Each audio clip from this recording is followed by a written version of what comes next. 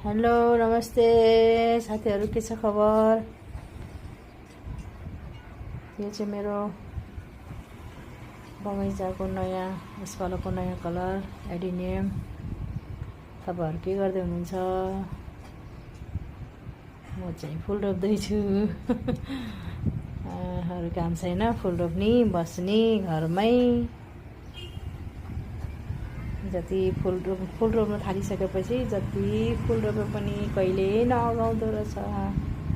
राख्ने ठाउँ छैन घरमा, तर पनि फुल लगाएकै रोपेकै। खै के हो, सायद धेरै फुल रोप्नेहरूलाई त्यस्तै लाग्छ होला है। यो चाहिँ मेरो हरियो र सेतो भेरिगेटेड पत्ता छ। रातो चाहिँ यति राम्रो रातो छ कि के भन्नु, एकदम रातो कलर छ। तपाईहरु हेर्दै आँखा सेक्नु है।